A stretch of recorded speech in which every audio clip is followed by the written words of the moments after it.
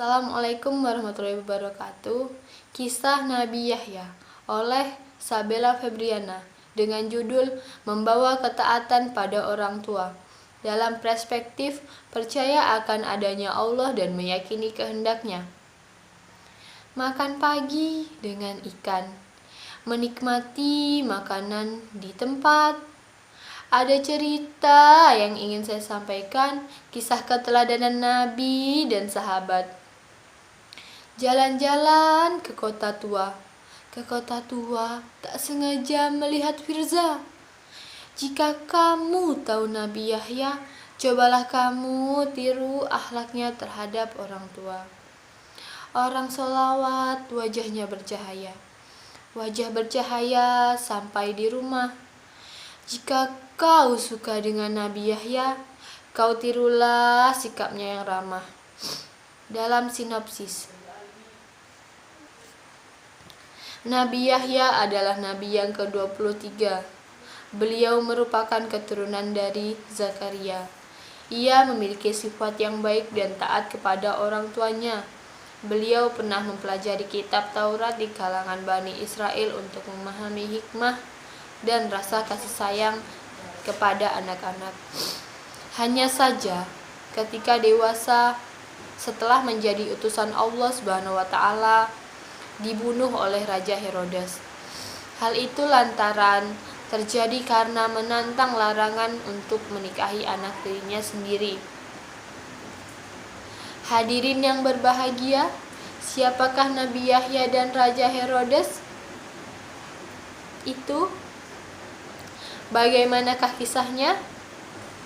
Untuk mengetahui cerita selengkapnya, marilah kita dengarkan bersama. Dikisahkan bermula dari Nabi Yahya adalah keturunan Nabi Zakaria. Beliau adalah seorang yang sangat patuh dan taat terhadap orang tuanya. Beliau tidak pernah durhaka ataupun sombong. Banyak hal yang dilakukan untuk menjauhi akhlak tercela dan melaksanakan segala kebaikan yang berakhlak mulia. Di kalangan Bani Israel, Nabi Yahya dikenal sebagai seorang ahli agama dan juga penghafal Taurat. Beliau termasuk orang yang pintar dan pandai dalam berpikir, dalam bertindak, serta rajin melaksanakan ibadah pada waktu siang dan malam hari. Beliau mampu menjadi hakim dalam hukum agama dengan memiliki usaha yang tegas untuk menegakkan agama Allah Subhanahu wa Ta'ala. Pada saat Nabi Yahya melarang Raja Herodes, beliau menjadi salah seorang yang melarang praktek pernikahan dengan kemenekan yang dilakukan oleh Herodes, karena memang hal itu tidak sesuai dengan apa yang tercantum dalam kitab Taurat yang dipegang waktu itu. Selain itu, Nabi Yahya juga terkenal sebagai seorang pembaptis yang sering menikah orang-orang yang berdosa untuk bertaubat. Adapun cara pembaptisan yang dilakukan pada waktu itu adalah dengan memandikan orang-orang yang akan bertaubat itu di tepian Sungai Jordan. Makna pembaptisan itu mensucikan dosa. Nabi Yahya merupakan orang yang terkenal pemberani dan tegas dalam mengambil keputusan, menegakkan kebenaran meski harus menentang seorang penguasa dan tidak pernah takut apabila dihina orang. Beliau mengajak kaumnya untuk bertaubat dari menyembah Allah. Ada sebuah cerita tentang ia yang bisa membuat orang yang bertaubat sebagai tanda pertaubatannya. Kejadian itu diartikan sebagai pembaptisan dalam ajaran Kristen.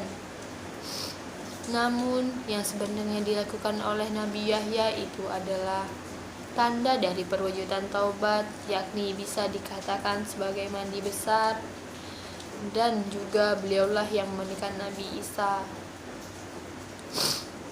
Begitupun dengan para penguasa Bani Israel memiliki raja-raja zalim dan berbuat kerusakan.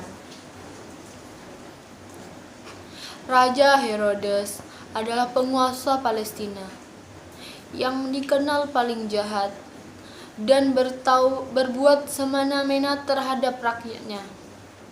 Dialah pula yang memerintahkan pasukannya untuk membunuh Nabi Zakaria dan Nabi Yahya. Nabi Yahya meninggal karena dibunuh oleh utusan Raja Herodes atas anjuran Herodia.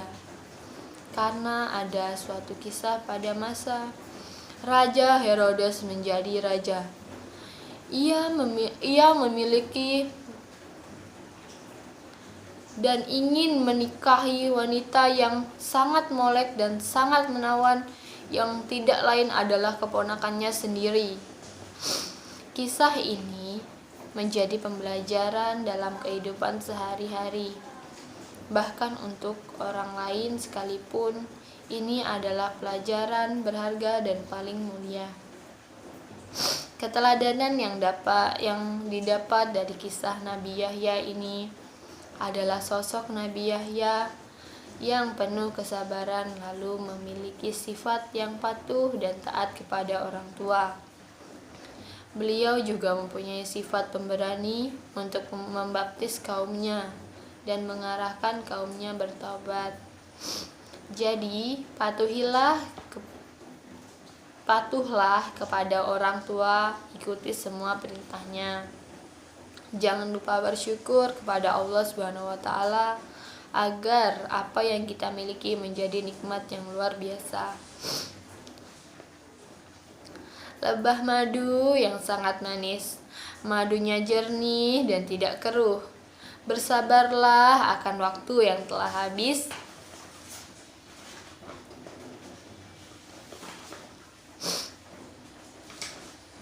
Hidup yang tenang, jiwa yang utuh. Makan pisang goreng di tengah hutan. Hutannya ditumbuhi pohon jati. Jika ada salah dalam ucapan, mohon tidak dimasukkan dalam hati. Di sana ada orang kaya, pergi ke pasar mencari makan. Sekian cerita dari saya. Jika salah, mohon dimaafkan. Mata kuliah ini Sejarah Keteladanan Nabi dan Sahabat. Dosen pengampu Dr. Andes Eno bin Sanusi MPD. Nama mahasiswa Sabila Febriana. Wassalamualaikum warahmatullahi wabarakatuh.